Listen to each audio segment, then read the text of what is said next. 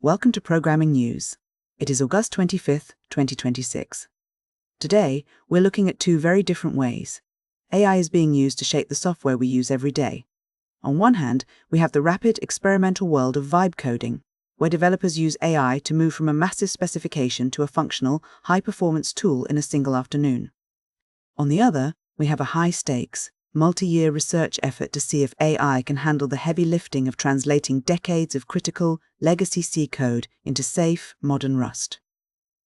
Let's start with the concept of vibe coding. It sounds informal, but for Dave Plummer, the original creator of the Windows Task Manager, it has been a way to achieve massive productivity. Plummer has released new versions of the Task Manager utility for Windows, Mac, and Linux, and the development process was anything but traditional.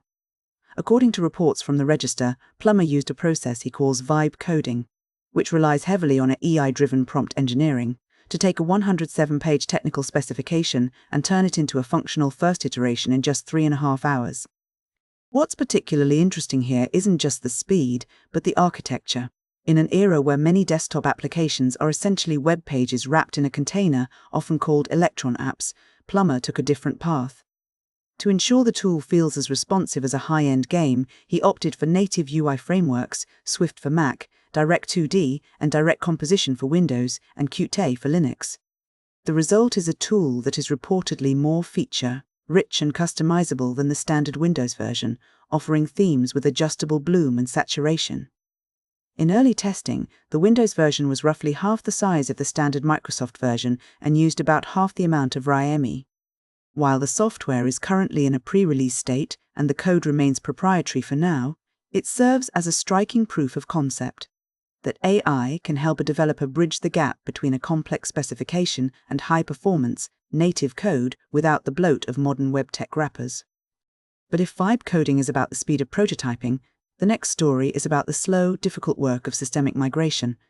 We've seen humans manually rewrite core system tools like sudo, into Rust to improve security. Now, Canonical is co-funding a 3-year PhD project at the University of Bristol to see if generative AI can do this at scale.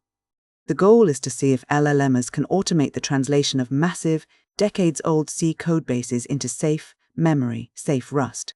This isn't just about simple source-to-source translation. The problem with many current automated tools is that they often just replicate the unsafe patterns found in C, essentially porting the same vulnerabilities into a new language.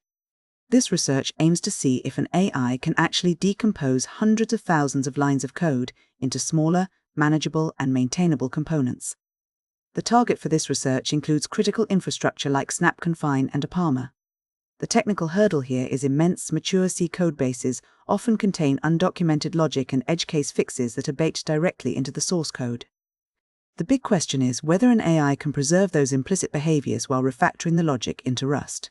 Even if the AI can't produce production-ready code immediately, researchers hope the process could act as a diagnostic tool. Mapping C logic into Rust might actually expose hidden bugs and errors in the original, aging codebases. These stories, one about rapid creation and one about massive refactoring, highlight a broader tension currently being discussed across the industry. At the Software Should Work 2026 conference, experts raised concerns about a growing complexity crisis. As we look at the evolution of web stacks from 1996 to today, the number of abstractions and dependencies has grown massively. This creates a heavy cognitive load for developers.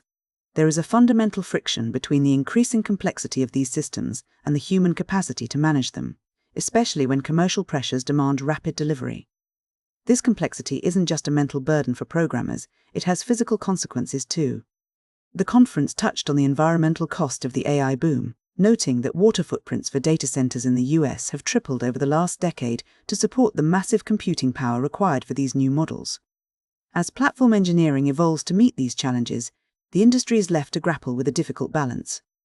Whether it's a single developer using AI to rebuild a classic utility with native performance, or a research project attempting to migrate the world's most critical system code, the central question remains, is AI helping us manage the growing complexity of our software? Or is it simply adding another layer of abstraction to an already crowded stack?